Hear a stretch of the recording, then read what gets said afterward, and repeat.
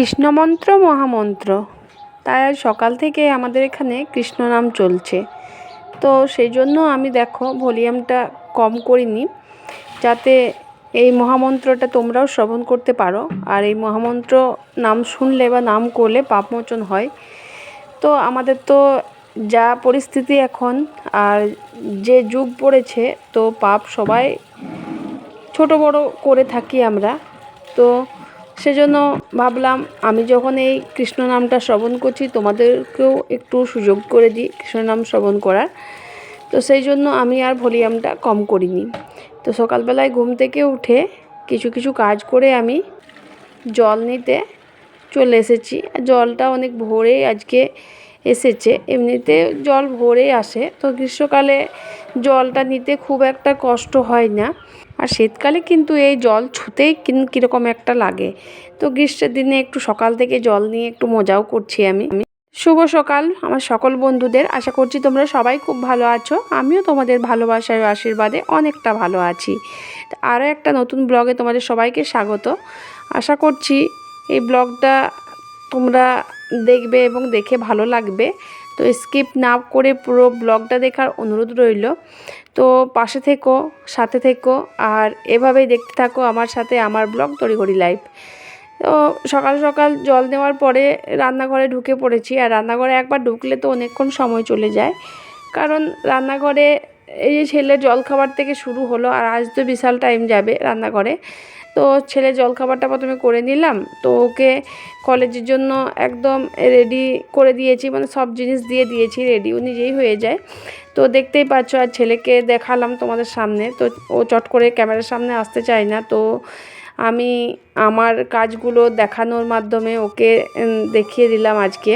তো অনেক লেট হয়ে গেছে ওর, তো সেজন্য ওর বাবা আর আমি তাড়াহুড়ো করছি যে কোনোটা জিনিস যাতে না ভুলে যায়। তো রুমালটাও ভুলে গিয়েছিল, সেজন্য তাড়াতাড়ি রুমালটাও বের করে দিলাম। আর এই গ্রীষ্মের দিনে তো রুমাল চাই, দরকার লাগেই। তো ওর বাবা ওকে ছাড়তে গেল বাস স্ট্যান্ড। তো ও সাইকেল নিয়ে কোনো দিন যায়, তো আজকে ওর দেরি হয়ে গিয়েছিল বলে ওর বাবাই ওকে ছাড়তে গেল। তো তারপরে আমি বাসি উনুনটা লেপে তা চলে এসছে মাকে জলখাবার দিতে। আর চেঞ্জ করে নিয়েছি আমি, তো মাকে জলখাবারটা দিয়ে দিলাম। ওই যে বললাম না, সকাল থেকে তাড়াহুড়ো থাকবে আজকে জলখাবার করার। তো আজকে মায়ের হচ্ছে একাদশী, আর সেই জন্যই আমি জলখাবারটা বানিয়ে নিয়েছি।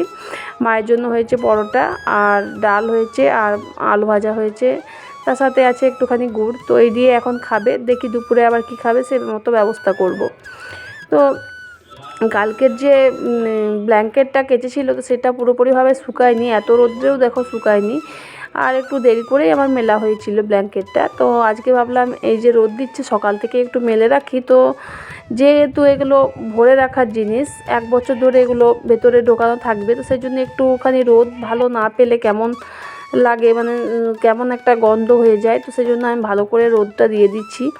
আর জলখাবার আমিও খেয়ে নিয়েছি, তারপরে আমি সবজি কাটতে চলে এসেছি। তো রান্নাঘরে দেখতেই পাচ্ছ আমার আশেপাশে অনেক কিছু জিনিসই রাখা আছে, তার মধ্যে ভাতটা হয়ে গেছে আর ডালটাও হয়ে গেছে।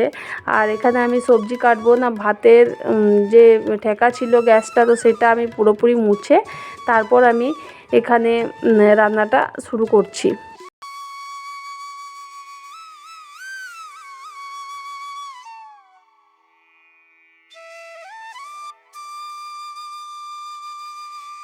আজকে জানো তো, সকাল থেকে তো তোমাদেরকে বললাম যে আমাকে রান্নাঘরে আজকেও বেশিক্ষণ টাইম থাকতে হবে। তো আজকে মায়ের একাদশী বলে সকাল থেকে আমাকে দুরকমভাবে করতে হলো। প্রথমে ভাবলাম যে একেবারে প্রথমে ভাতটা করে নিই, তারপরে গ্যাসটা মুছে সবজিগুলো করব।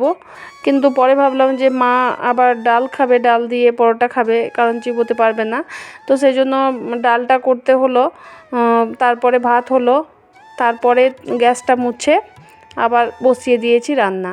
তো হয়েছে আজকে এঁচোড়, আর এটা হচ্ছে শাক ভাজা। তো শাকটা আমি করতাম না আজকে, তো এত পরিমাণে রান্নাঘরটাতে গরম লাগছে, আর সকাল থেকে যেহেতু রান্নাঘরে আমি সময় কাটাচ্ছি, শাকটা আমার করার ইচ্ছা ছিল না। কিন্তু কাল আবার আমাদের বাড়িতে শাক খেতে পাবে না, তো সেই জন্য আজকেই শাকটা রান্না করতে হলো। আর এখানে দেখো আমার এঁচোড়টা হয়ে গেছে, এঁচোড়টা আগে আমি রান্না করে রেখেছিলাম।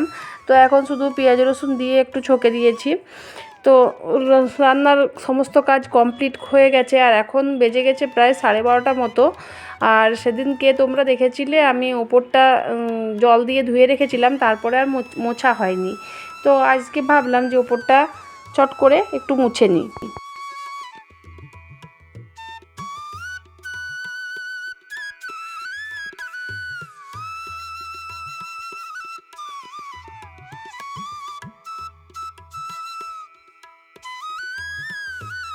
তো সব কাজ কমপ্লিট করে স্নান সেরে চলে এসেছি মাকে খেতে দিতে। এখন বেজে গেছে প্রায় 1:30 মতো।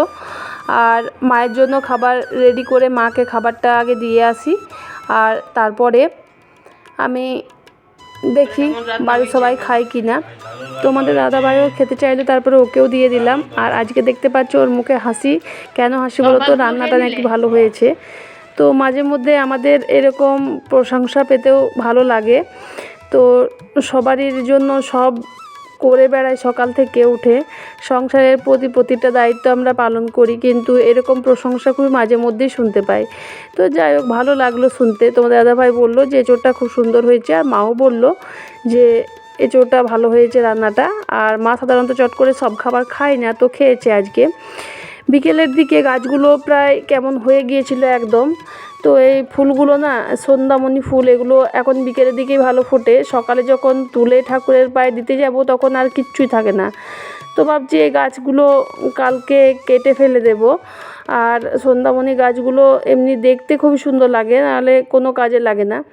তো অনেক দিন পর ছেলেগুলো পড়তে এসেছে আমার কাছে, আর এখন বেজে গেছে প্রায় 5:30 মতো। তো ভাবলাম যে তাহলে ওদেরকে একটু পড়িয়ে নিই। তো ঠিক আছে বন্ধুরা, চলো আজকের ভিডিওটা আমার এই পর্যন্ত। দেখা হচ্ছে নেক্সট ব্লগে। ততক্ষণ তোমরা ভালো থেকো, সুস্থ থেকো, আর এভাবেই আমার পাশে থেকো।